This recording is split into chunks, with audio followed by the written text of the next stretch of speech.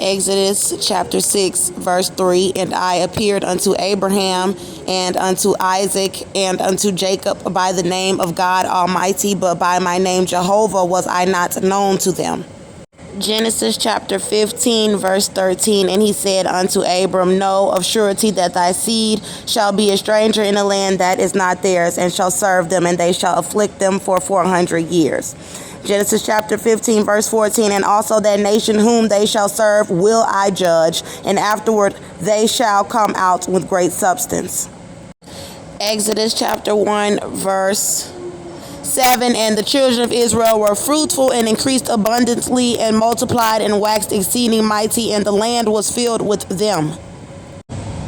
Exodus chapter 1, verse 9. And the Pharaoh said unto his people, the king of Egypt said unto his people, the children of Israel are more mightier than we. Exodus chapter 1, verse 10. Come on, let us deal wisely with them, lest they multiply, and it come to pass that when there falleth out war, they join also our enemies and fight against us, and so get them up out of the land. Exodus chapter 1, verse 11. Therefore they did set over them taskmasters to afflict them with their burdens.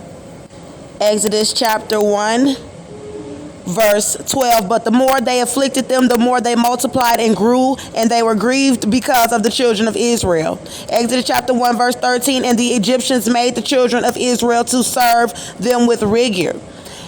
Exodus chapter 1, verse 14. And they made their lives bitter with hard bondage in mortar and brick and in all manner of service.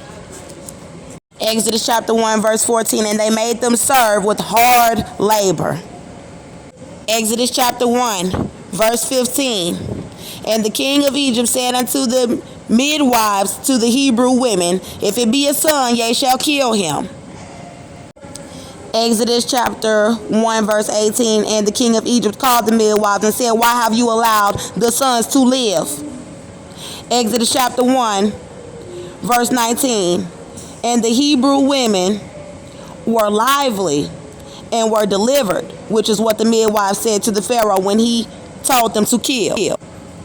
Psalm chapter 17, verse 11. They have now compassed us in our steps. They have now surrounded us. Psalm chapter 18, verse 3. I will call upon the Lord who is worthy to be praised. So shall I be saved from mine enemies.